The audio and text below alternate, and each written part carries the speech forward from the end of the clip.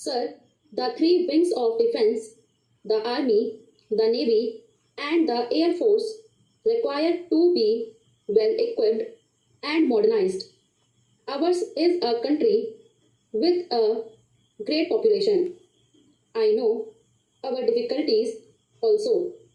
In the present world situation, it will not be possible for us to remain second rate in regard to possession of modern armaments. Defense is a very complicated problem nowadays in this world. We have not got that technical know-how. We have not got those technicians who can manufacture modern weapons in our country. Even then, the Defense Ministry is efficient. It has tried to manufacture as far as possible new machinery and modern weapons. Then, the problem of development is equally, or if I may say, more important. It all depends upon how we progress. To shape the future of our country requires huge funds of money. We are a poor country, and I am told that taxation in our country is the highest compared to other countries of the world. The question therefore arises as to how we shall meet the situation.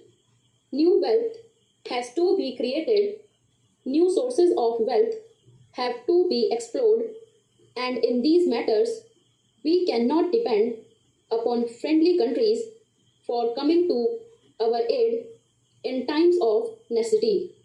The country must have that self-reliance, and in course of time, it should be our aim to reach that stage when this country can produce all its requirements, can have its own defense, can have its own development, and can stand on its own legs. If I were to dilate on this, it will take a very long time, and everybody in this house knows the difficulties and the complications of the situation. But even then, I might suggest that this question of development requires to be very carefully handled. Now, wealth comes from two sources. One is agriculture and the other is industry. And agriculture is the main base for development purposes. But what do we find about the position of agriculture in our country? I think our Prime Minister suggested that in all the states, the Chief Minister should take over the portfolio of agriculture, looking to its importance in the situation. But I do not find any Chief Minister caring to accept the suggestion and take over the portfolio of agriculture in his hands. That shows how serious we are in meeting the situation. Agriculture, sir, depends upon millions of small agriculturists in our country, and in spite of our planning, those who are connected with the rural areas, those who are intimately connected with agriculture, know that agriculturists do not feel enthused. Despite planning for so many years, the same old rut continues. Unless we enthuse them, unless we make them feel that they are the builders of the country, that they are the molders of the future of this country, agriculture will not prosper. There are so many reasons, but the main reason is that the agriculturist must feel that he has some important place in our country, that he is doing a great service by ensuring higher production. For that purpose, it is very necessary that the per acre production must increase. More land is not available for cultivation. Population is rising by leaps and bounds. There is the question of unemployment, and also we find that the pressure on land is very much. If we want agriculture to prosper, that pressure on land, the number of human beings dependent on agriculture has to be reduced, and where shall we divert them? If they go to urban areas for employment, they do not get it. The figure of unemployment is rising every day.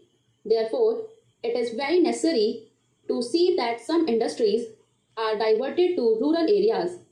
We should create agro-industrial climate in the country. We have been talking of creating this climate all these years, but in that part of the country from which I come, I have not seen any industries on a necessary scale being established in the rural areas. Unless we do this, the youngsters from the rural areas are bound to come to the cities. There will be the question of unemployment, the question of housing, the question of sanitation. All these problems will arise. It is very necessary that we find useful employment for them in the rural areas, in the villages in which they live, and they must have a decent standard of living. With the progress of primary education, with these new modes of transport, people from the villages now come frequently to the cities and see what facilities, what amenities are available in the cities, and how backward their villages are comparatively in respect of these amenities, and they feel dissatisfied with the life they lead, and therefore they are inclined to go in for better prospects, for a better life. They want to go to the cities. That is also a very serious situation for the government to consider. The problem of rural employment must be solved on a war footing.